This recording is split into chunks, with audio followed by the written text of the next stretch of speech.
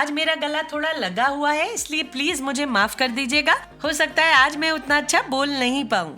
Friends, आज मैं आपकी जबरदस्त डिमांड पे सैमसंग क्रिस्टल प्रो टीवी का डिटेल रिव्यू लेकर आई हूँ। आप ये जान लीजिए कि जरूरी नहीं है कि मैं हर साइज का रिव्यू करूँ, क्योंकि एक सीरीज के सभी टीवीज की पिक्चर क्वालिटी एक जैसी ही होती है जब तक उसका पैनल डिफरेंट ना हो। हाँ, कुछ साइजेस की ऑडियो में डिफरेंस हो सकता है अगर उनका ऑडियो आउटपुट डिफरेंट हो। मैंने इस वीडियो में 43 इंचेस टीवी का रिव्यू किया है, लेकिन इस सीरीज के सभी टीवीज की पिक्चर क्वालिटी सिमिलर है, तो जो मैं इस टीवी के बारे में कह रही हूँ वो सभी वेरिएंट्स के लिए सेम होगा। टीवी की परचेज लिंक वीडियो के नीचे डिस्क्रिप्शन बॉक्स में है, जहां से आप उनका करंट प्राइस भी चेक कर सकते हैं। ये वीडियो बहुत ही डिटेल्ड होने वाली है। मैंने इस टीवी को एक बजट टीवी से भी कंपेयर करके दिखाया है और साथ ही साथ इसके एक एक फीचर को यूज करके दिखाया है। जो आज मैं इस वीडियो में आपको समझाऊंगी वो इन्फॉर्मेशन आपको पूरे YouTube पे कहीं नहीं मिलेगी। हाँ, ये जरूर है कि आज के बाद बहुत सारे यूट्यूबर आपको ये सब बताना शुरू कर देंगे। तो चाहे आपको इस टीवी को लेना हो या नहीं, इस वीडियो को बिना स्किप किए गौर से देखिएगा, क्योंकि इसे देखने के बाद आपको बेस्ट टीवी चुनने में कोई प्रॉब्लम नहीं आएगी। और जिन लोगों को डिटेल्स नहीं जाननी है वो वीडियो को स्किप करके सिर्फ वो चैप्टर्स देख सकते हैं जो वो देखना चाहते हैं। नीचे डिस्क्रिप्शन बॉक्स में आपको इस वीडियो में डिस्कस किए गए टॉपिक्स चैप्टर वाइज उनके टाइम के साथ मिल जाएंगे। दोस्तों, एक बात और, मेरा किसी प्रोडक्ट की कमियां बताने का ये बिल्कुल भी मतलब नहीं होता है कि वो प्रोडक्ट बुरा है। मेरा ये मानना है कि हर प्रोडक्ट की कमियां जानने का कंज्यूमर को पूरा हक है, ताकि वो अच्छे से अपने रिक्वायरमेंट्स के अकॉर्डिंग प्रोडक्ट चूज कर सके। तो चलिए अभी वीडियो इस टीवी की अनबॉक्सिंग से शुरू करते हैं। टीवी को इस तरह के कार्डबोर्ड बॉक्स में भेजा जाता है, जिसपे सैमसंग के ब्रांड नेम के अलावा इस टीवी का साइज भी मेंशन किया गया है। चलिए अब इस बॉक्स को खोल लेते हैं। एक्चुअली फ्लिपकार्ट से डिलीवरी लेते समय मैंने इसे फिजिकल डैमेज के लिए चेक कराया था, इसलिए ये बॉक्स पहले से खुल चुका है।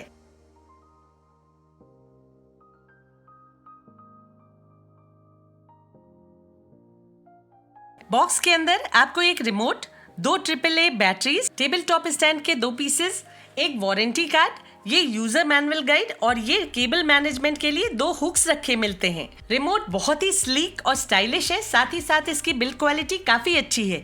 रिमोट के बटन्स बहुत ही सॉफ्ट फील देते हैं, जिन्हें यूज करने में अच्छा फील होता है। बजट कैटेगरी के किसी भी टीवी के साथ इस बिल्ड क्वालिटी का रिमोट देखने को नहीं मिलता है। इतना छोटा होते हुए भी हाथ में ये एक सॉलिड फील देता है। रिमोट मिनिमलिस्टिक है, लेकिन इसमें आपको ऑलमोस्ट सारे ही फंक्शंस दिए गए हैं। रिमोट में नेटफ्लिक्स, प्राइम वीडियो और सैमसंग प्लस के डायरेक्ट बटन्स दिए गए हैं। टीवी की डिजाइन और बिल्ड क्वालिटी की बात की जाए तो इसे पूरी तरह से प्लास्टिक से कंस्ट्रक्ट किया गया है, लेकिन कंस्ट्रक्शन क्वालिटी बहुत ही बढ़िया है, जो आपको बजट कैटेगरी के किसी भी टीवी में देखने को नहीं मिलेगी। बजट कैटेगरी के टीवीज के बेजल और स्क्रीन के बीच काफी गैप होता है और टीवी के बैक साइड में बहुत सारे जॉइंट्स होते हैं, जबकि प्रीमियम ब्रांड्स में ये गैप बिल्कुल ही मिनिमल होता है और बैक साइड में आपको जॉइंट्स ना के ही बराबर दिखते हैं। इस टीवी में एक डिफरेंट जॉइंटलेस क्लीन लुक मिलता है, जो इस टीवी को बजट कैटेगरी के टीवी से डिफरेंट बनाता है। इस टीवी को बेजललेस बनाने के बावजूद इसकी बिल्ड क्वालिटी पे पूरा ध्यान दिया गया है। मजबूती का ध्यान रखते हुए साइड से इस टीवी को एक बॉक्सी लुक दिया गया है। 3 तरफ से टीवी ऑलमोस्ट बेजललेस है। नीचे वाले बेजल के सेंटर में सैमसंग की ब्रांडिंग दी गई है। टीवी का बेजल ग्लॉसी ब्लैक फिनिश के साथ आता है और स्टैंड को ब्लैक मैट फिनिश दी गई है। प्लास्टिक का होते हुए भी इस स्टैंड की बिल्ड क्वालिटी सॉलिड है। टीवी में स्क्रूलेस स्टैंड्स दिए गए हैं। स्टैंड्स को इन स्पेसेस में डालकर आपको सिर्फ इन्हें स्नैप फिट कर देना है। इसके साथ आए हुक से आप केबल्स को इस स्टैंड से नीटली टाई भी कर सकते हैं। पीछे की ओर सिंपल ब्लैक फिनिश दी गई है और राइट हैंड साइड में सारे पोर्ट्स दिए गए हैं। ओवरऑल लुक्स में ये टीवी बजट कैटेगरी के टीवी से डिफरेंट लगता है। आपको इससे एक प्रीमियम फील मिलती है। कनेक्टिविटी की बात की जाए तो इस टीवी में 3 HDMI पोर्ट्स और एक USB पोर्ट के अलावा एक Ethernet port, digital audio output port और RF इन पोर्ट दी गई है। पोर्ट्स के प्लेसमेंट की बात की जाए तो पावर पोर्ट का प्लेसमेंट इस टीवी में मुझे बिल्कुल भी अच्छा नहीं लगा। पावर कॉर्ड सारे ही पोर्ट्स को कवर कर लेती है, जिससे दूसरे पोर्ट्स स्पेशली यूएसबी पोर्ट जो पावर पोर्ट के ठीक नीचे पड़ती है उसे यूज करना बहुत ही डिफिकल्ट हो जाता है। और फिर इस टीवी में एक ही यूएसबी पोर्ट दी गई है। टीवी की सबसे अच्छी बात यह है कि इसमें आपको HDMI EARC मिलती है जो हाई क्वालिटी ऑडियो आउटपुट देती है और PS5 गेमिंग के लिए भी एप्रोप्रिएट है। इसमें दिए गए ब्लूटूथ का वर्जन 5.2 है और ये टीवी डुअल बैंड वाईफाई के साथ आता है। पहले बात कर लेते हैं कंपनी द्वारा दी गई स्पेसिफिकेशंस और फीचर्स की। ये टीवी डीलेट backlighting, VA panel, pure colour, HDR10+, HLG crystal processor, UHD dimming, auto game mode और मोशन ब्लर को रिड्यूस करने के लिए मोशन एक्सीलरेटर के साथ आता है। टीवी में 20 वॉट्स के स्पीकर्स दिए गए हैं जो डॉल्बी डिजिटल प्लस सपोर्ट के साथ आते हैं। साथ ही साथ इसमें Q सिम्फनी फीचर दिया गया है जिससे आप Q सिम्फनी वाले साउंड बार और इस टीवी दोनों की ऑडियो को एक साथ सुन पाएंगे। इस टीवी में बिक्सबी, गूगल असिस्टेंट और एलेक्सा तीनों का सपोर्ट दिया गया है। टीवी का पिक्चर क्वालिटी इंडेक्स 2000 है जो लास्ट ईयर के सैमसंग वंडरटेनमेंट टीवी से कम है। इस टीवी में आपको टाइजन ऑपरेटिंग सिस्टम मिलता है। तो ये तो थी कंपनी द्वारा दी गई स्पेसिफिकेशंस। अब बात करते हैं इसके रियल परफॉर्मेंस की। पहले मैं आपको इस टीवी की अच्छाइयों के बारे में बता देती हूँ, फिर मैं बताऊंगी कि प्रॉब्लम कहाँ पे आती है। VA पैनल होने की वजह से इस टीवी का कलर रिप्रोडक्शन विविड है और कंट्रास्ट रेशो काफी अच्छा है। टीवी में आपको डीप ब्लैक्स देखने को मिल जाते हैं और ब्लैक्स की यूनिफॉर्मिटी भी पूरे स्क्रीन पे काफी अच्छी है। ग्रे यूनिफॉर्मिटी इस टीवी की बहुत ज्यादा अच्छी नहीं है क्योंकि इसमें VA पैनल दिया गया है। IPS पैनल टीवीज की ग्रे यूनिफॉर्मिटी ज्यादा अच्छी होती है, लेकिन इस टीवी की ग्रे यूनिफॉर्मिटी भी बजट कैटेगरी के टीवी से बेटर है और डर्टी स्क्रीन इफेक्ट बहुत ही मिनिमल है। मैचेस देखते समय आपको काफी साफ सुथरा फील व्यू मिल जाता है जिसमें बॉल खोती नहीं है। इस टीवी में बैंडिंग बहुत ही मिनिमल देखने को मिलती है और टीवी का digital noise reduction feature pictures की डिजिटल नॉइज को इफेक्टिवली रिड्यूस करता है जिससे इमेजेस काफी क्लीन दिखती हैं। आपने कई टीवीज में मार्क किया होगा कि कुछ वीडियोस की बैकग्राउंड में कुछ डॉट डॉट से झिलमिलाते दिखते हैं, उसी को डिजिटल नॉइज कहते हैं। उससे वीडियोस उतनी क्लीन नहीं रह जाती हैं। इस टीवी में आपको ऐसा कोई इशू नहीं आएगा, पिक्चर्स बिल्कुल क्लीन दिखेंगी। इस टीवी का फ्रेम ट्रांजिशन भी काफी अच्छा है। आपने मार्क किया होगा कि कुछ टीवीज में जब कैमरा के फास्ट पैनिंग सीन्स आते हैं तो एक जडर दिखता है, वो इस टीवी में आपको उतना नहीं दिखेगा। कस्टम सेटिंग्स में जडर को 0 पे रखने पे भी इस टीवी में सीन्स का ट्रांजिशन काफी स्मूथ दिखता है। विविड कलर रिप्रोडक्शन और डीप ब्लैक्स के साथ 4K वीडियोस इस टीवी पे काफी अच्छी दिखती हैं। सेट टॉप बॉक्स के थ्रू भी आपको इस टीवी पे अच्छा परफॉर्मेंस मिल जाता है। HD चैनल्स अच्छे दिखते हैं लेकिन HD चैनल्स अपील नहीं करते हैं। यहाँ मैं आपको बताना चाहूंगी कि पिक्चर अपस्केलिंग हमेशा टीवी के इंटरनल हार्डवेयर के थ्रू ही होती है। फॉर एग्जाम्पल, जब आप उस पे इंटरनेट के थ्रू OTT कंटेंट देखते हैं या फिर पेन ड्राइव लगाकर कोई मूवी देखते हैं, सेट टॉप बॉक्स और एंड्रॉइड टीवी बॉक्स के थ्रू अपस्केलिंग नहीं होती है। इन एक्सटर्नल डिवाइसेस के थ्रू प्रोग्राम्स कैसे दिखते हैं ये आपके एंड्रॉइड बॉक्स के इंटरनल हार्डवेयर पे डिपेंड करता है या फिर सेट टॉप बॉक्स प्रोवाइडर के ट्रांसमिशन पे निर्भर करता है। लेकिन सेम सेट टॉप बॉक्स से हाई एंड 4K टीवीज पे SD चैनल्स उतने अच्छे नहीं दिखते हैं जितने बजट कैटेगरी के कई टीवीज में दिख जाते हैं। ये इसलिए होता है क्योंकि हाई एंड टीवीज को मेनली हाई रेजोल्यूशन कंटेंट देखने के लिए ही ट्यून किया जाता है।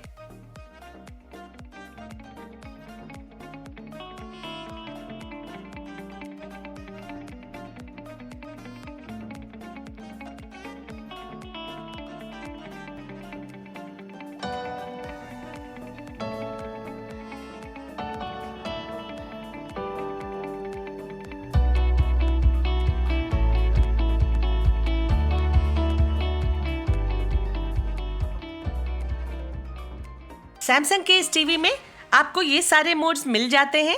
फिल्म मेकर मोड, इसमें एक नया फीचर मिलता है जो बजट कैटेगरी के किसी भी टीवी में नहीं दिया जाता है। OTT प्लेटफॉर्म की बात की जाए तो प्राइम वीडियोस की क्वालिटी इस टीवी पे काफी अच्छी लगती है। वहीं नेटफ्लिक्स की वीडियोस स्पेशली HDR वाली, उनके डार्क सीन्स में ब्राइटनेस काफी कम हो जाती है।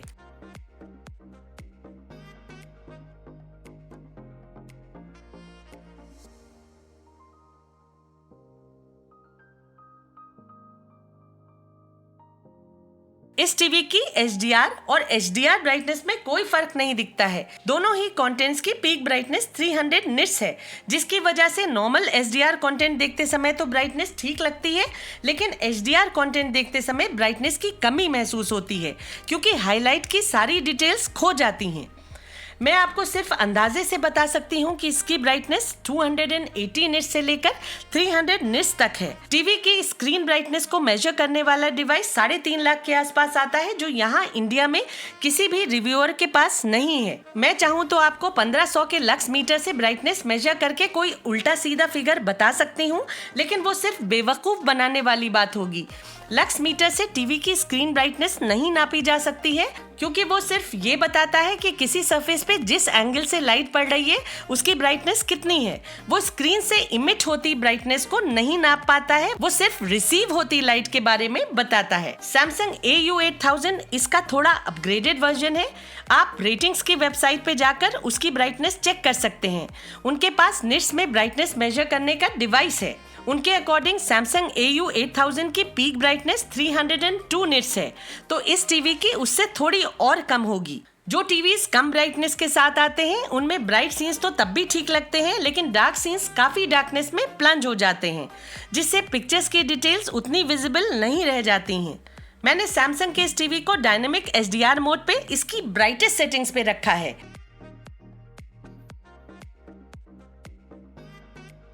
इस टीवी पे डार्क सीन्स ज्यादा अच्छे नहीं दिखते हैं। टीवी के ब्लैक्स बहुत डीप है, लेकिन कई बार वो कलर्स को ओवर पावर करते दिखते हैं। कई बार ग्रे कलर इस पे ब्लैक दिखता है और व्हाइट थोड़े से मैले लगते हैं। ब्लैक्स डिटेल्स को भी ओवर पावर कर लेते हैं और उनके पीछे डिटेल्स छुप जाती हैं। रियल HDR10 टीवीज जो हाई ब्राइटनेस के साथ आते हैं, उनमें अंधेरे में भी ऑब्जेक्ट्स पे एक लाइट का ग्लो होता है, जिससे कि फिल्म मेकर जिन चीजों को हाईलाइट करना चाहता है वो अंधेरे में भी दिखती हैं, बिना किसी दूसरे ऑब्जेक्ट को रोशन किए हुए।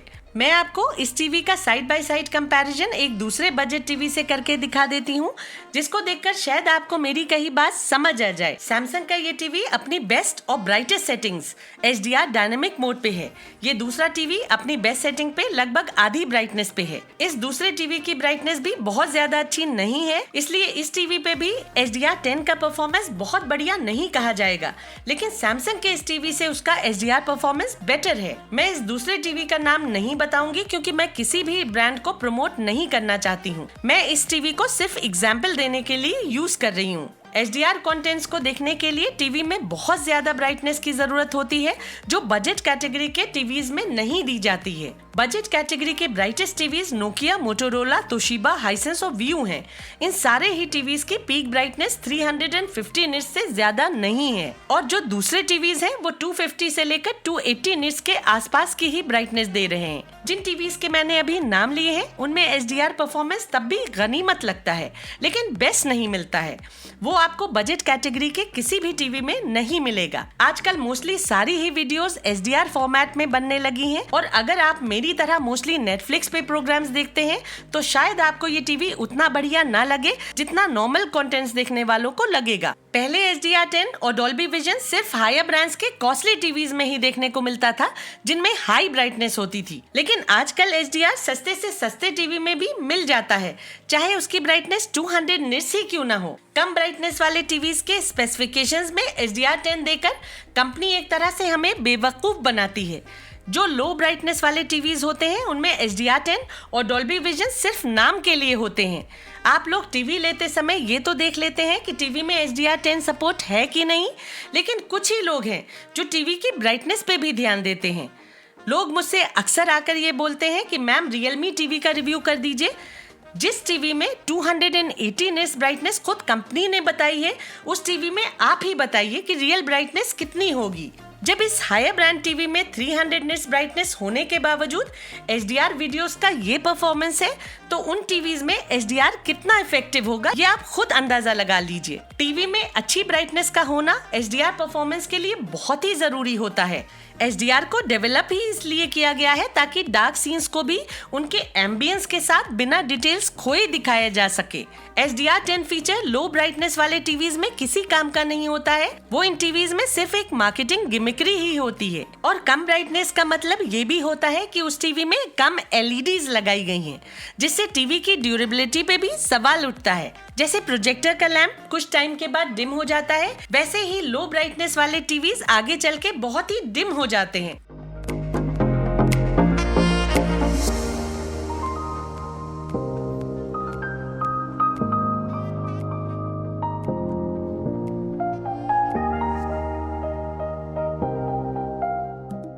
दूसरी बात जो मैंने इस टीवी में नोटिस की है वो ये है कि इसमें डिजिटल नॉइज तो कम दिखती है, लेकिन उससे फाइन डिटेल क्लियरिटी इफेक्ट होती है। एक नजर में तो इस टीवी की पिक्चर काफी अच्छी क्लीन दिखती है, क्योंकि ये टीवी ऑब्जेक्ट्स और बैकग्राउंड को स्मूथ कर देता है।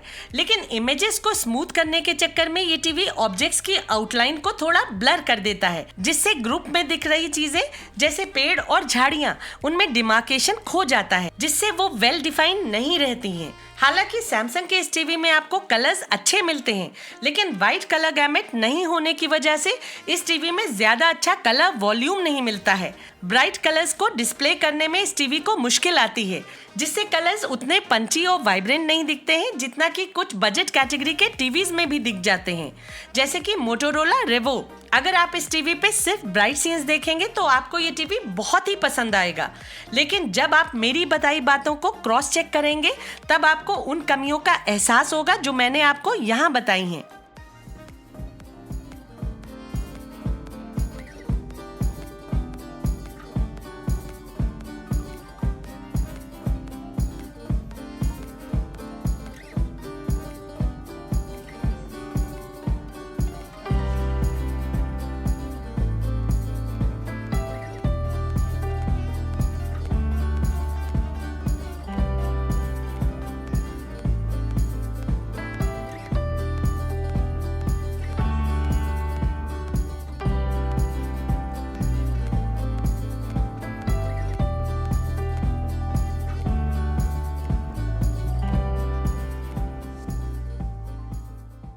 अपस्केलिंग की बात की जाए तो इस टीवी की अपस्केलिंग कैपेबिलिटी काफी अच्छी है। पिक्चर्स को ये टीवी अच्छे से अपस्केल करके प्ले करता है। USB के थ्रू आप इस टीवी पे लो रेजोल्यूशन वीडियोस भी अच्छे से हाई क्वालिटी में एंजॉय कर सकते हैं।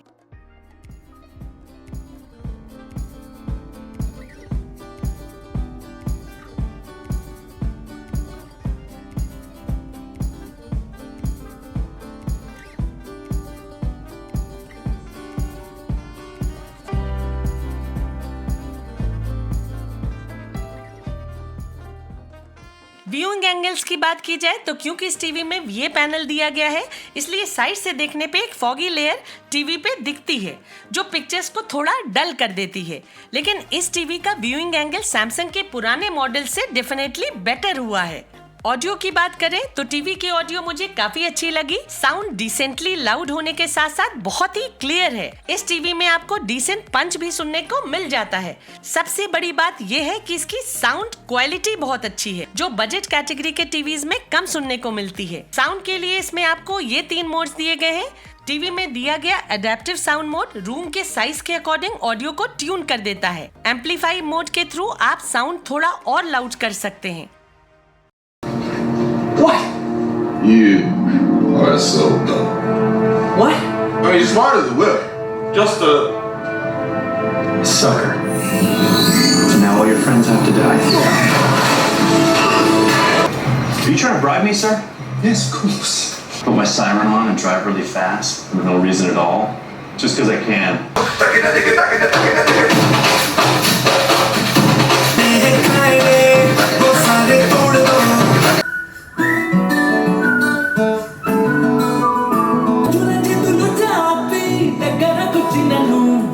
Wicked, wicked. Boro lo quiere pretilo, lomba lomba chul.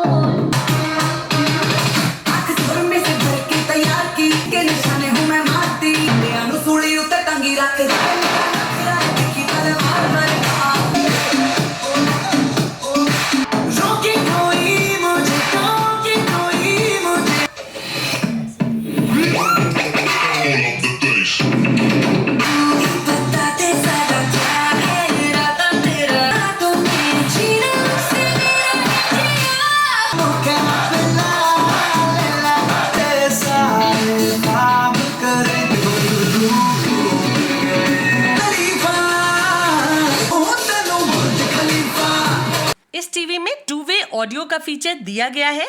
आप अपने फोन की म्यूजिक को भी इस टीवी पे सुन सकते हैं। इस टीवी में क्यू सिम्फनी फीचर दिया गया है। जब आप इसे किसी कंपैटिबल साउंड बार से कनेक्ट करेंगे तो आपको साउंड बार की ऑडियो के साथ साथ इस टीवी की ऑडियो भी सुनाई देगी, जिससे लाउडनेस काफी बढ़ जाती है। मैंने जब एक बजट साउंड बार को इस टीवी की HDMI EARC के थ्रू कनेक्ट किया तो इस छोटे से साउंड बार की साउंड भी बहुत बूस्ट हो गई, जो इस हॉल को तो छोड़िए आसपास के घरों में भी लाउडली सुनाई दे रही है। इस सस्ते से साउंड बार को भी इस टीवी से कनेक्ट करके मुझे ऐसा महसूस हुआ जैसे मैं किसी थिएटर में बैठी हूँ। इस साउंड बार की लिंक आपको डिस्क्रिप्शन बॉक्स में मिल जाएगी। अगर आप चाहें तो इसे अपने सैमसंग टीवी के साथ खरीद कर कनेक्ट कर सकते हैं।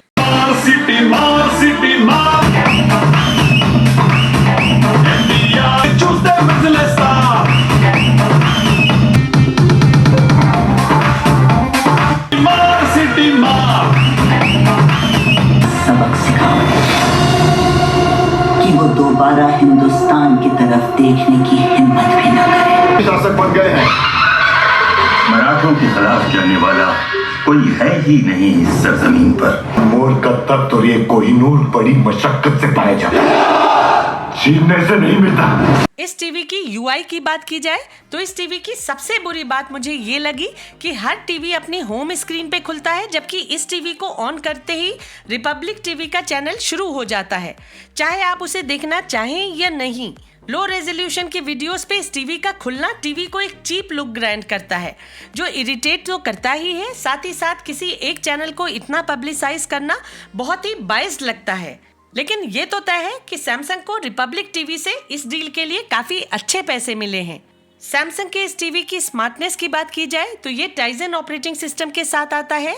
इसमें आपको ZEE5, Hotstar, Netflix, Prime Video, Sony Liv जैसे एप्लीकेशंस मिल जाते हैं, लेकिन इसमें आप बाहर से कोई एप्लीकेशन साइड लोड नहीं कर पाएंगे, सिर्फ वो ही यूज कर पाएंगे जो इस टीवी में दिए गए हैं। इसके अलावा इसमें सैमसंग TV Plus भी दिया गया है, जिसके थ्रू आप कुछ लाइव न्यूज और वाइल्ड लाइफ चैनल्स भी देख पाएंगे। ये टीवी टेस्ट करते समय थोड़ा हैंग भी हुआ और USB पोर्ट के थ्रू कई बार वीडियोस प्ले करने में दिक्कत आई। कभी वीडियोस प्ले हो जाती थी, कभी उन्हीं फाइल्स फॉर्मेट को ये टीवी प्ले करने से मना कर देता था। लेकिन हो सकता है ये प्रॉब्लम मेरे ही पर्टिकुलर यूनिट के साथ हो। मैं कुछ श्योरिटी के साथ आपको नहीं बता सकती हूँ। कास्टिंग की बात की जाए तो इस टीवी पे आप एक टैप के थ्रू ही अपने सैमसंग फोन से कास्टिंग कर सकते हैं।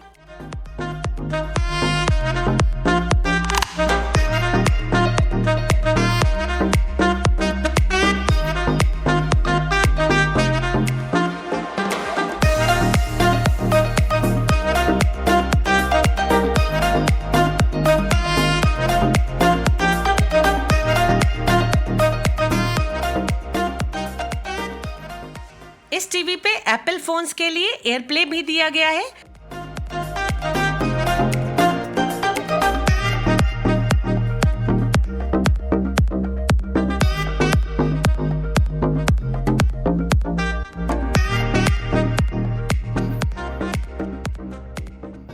आप इस टीवी से वायरलेसली अपनी विंडो, लैपटॉप और मैकबुक कनेक्ट करके इस बड़ी स्क्रीन पे डिस्प्ले कर सकते हैं। ये फीचर स्पेशली तब बहुत काम में आता है जब आप क्लाइंट को किसी प्रोजेक्ट के बारे में प्रेजेंटेशन दे रहे हो। आप इस टीवी से अपने हेडफोन्स, कीबोर्ड, माउस और गेम पैड सभी वायरलेसली कनेक्ट कर सकते हैं। मोशन ब्लर की बात की जाए तो अगर आप इस टीवी पे अच्छी सेटिंग्स कर लेते हैं तो आपको इस टीवी में उतना मोशन ब्लर नहीं दिखेगा जितना 50 और 60 हर्ट्ज वाले बजट टीवीज में दिखता है। इनके पुराने मॉडल से इस बार मोशन ब्लर रिडक्शन में काफी इंप्रूवमेंट देखने को मिला है। स्पेशली गेम मोड में मोशन ब्लर काफी कंट्रोल में दिखता है। गेमिंग की बात की जाए तो ये टीवी गेमिंग के लिए बजट कैटेगरी में बहुत ही बढ़िया ऑप्शन है। इसमें आपको गेमिंग का बहुत स्मूथ एक्सपीरियंस मिलता है। टीवी में ऑटो गेम मोड दिया गया है जो गेमिंग के समय मोशन एक्सेलरेटर फीचर को स्विच ऑन कर देता है, जिससे फास्ट एक्शन सीन्स में मोशन ब्लर उतना विजिबल नहीं लगता है।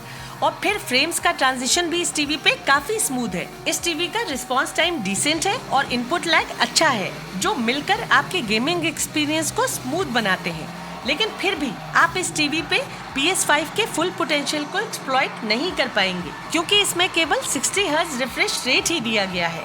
चलिए अब मैं आपको बेस्ट सेटिंग्स की थोड़ी टिप्स दे देती हूँ। पिक्चर क्लैरिटी का ऑटो मोड सीन्स के बीच एक्स्ट्रा फ्रेम्स डालकर आर्टिफिशियल स्मूथनेस क्रिएट करके सोप ओपरा इफेक्ट क्रिएट करता है। इसलिए सैमसंग के इस टीवी को इसकी बेस्ट ब्राइटनेस पे देखने के लिए आपको डायनामिक मोड यूज करना होगा और पिक्चर क्लैरिटी सेटिंग्स के अंदर आपको कस्टम सेटिंग करके क्लियर मोशन को ऑफ करना होगा।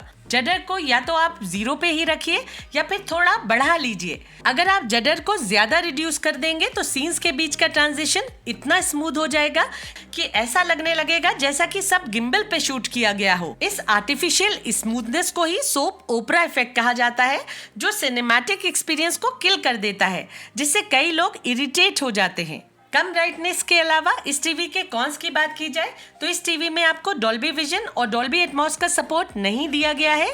इसके अलावा टाइजन ऑपरेटिंग सिस्टम की अपनी लिमिटेशंस होती हैं। वो कहते हैं ना कि अगर बाप बहुत बड़ा स्टार हो जाए तो बेटे से लोग और भी ज्यादा उम्मीद लगा लेते हैं और फिर जब वो उन मापदंडों पे खरा नहीं उतरता है तो उसका क्रिटिसिज्म शुरू हो जाता है। ऐसा ही इस टीवी के साथ भी है।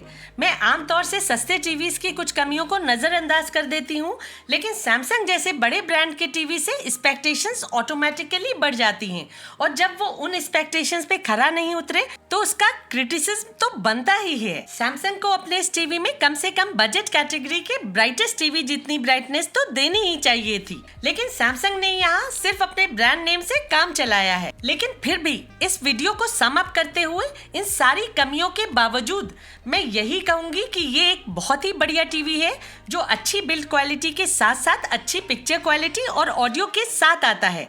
भले ही इसकी ब्राइटनेस कुछ बजट टीवी से कम है, लेकिन इसमें आपको जो फीचर्स मिल जाते हैं वो बजट कैटेगरी के टीवीज में हार्डली देखने को मिलते हैं। इस टीवी का कलर रिप्रोडक्शन बहुत सारे बजट टीवी से बेटर है। बैंडिंग, डर्टी स्क्रीन इफेक्ट और मोशन ब्लर जो आपको बजट कैटेगरी के मोस्टली हर टीवी में देखने को मिलता है वो इसमें उनसे बहुत ही कम दिखता है। फिर इसके अलावा इसको खरीदने पे आपको सैमसंग जैसी बड़ी कंपनी की रिलायबल आफ्टर सेल सर्विसेज भी मिल जाती हैं। अगर आपके पास हाई एंड टीवी खरीदने का बजट नहीं है तो आप बेशक इस टीवी के लिए जा सकते हैं। बस ये टीवी उनको उतना अच्छा नहीं लगेगा जो सैमसंग का ये टीवी इसलिए ले रहे हैं क्योंकि वो इसके ब्रांड नेम के चलते पिक्चर क्वालिटी में परफेक्शन देखना चाहते हैं। तो दोस्तों अब मिलते हैं अगली वीडियो में, तब तक के लिए take care and stay safe.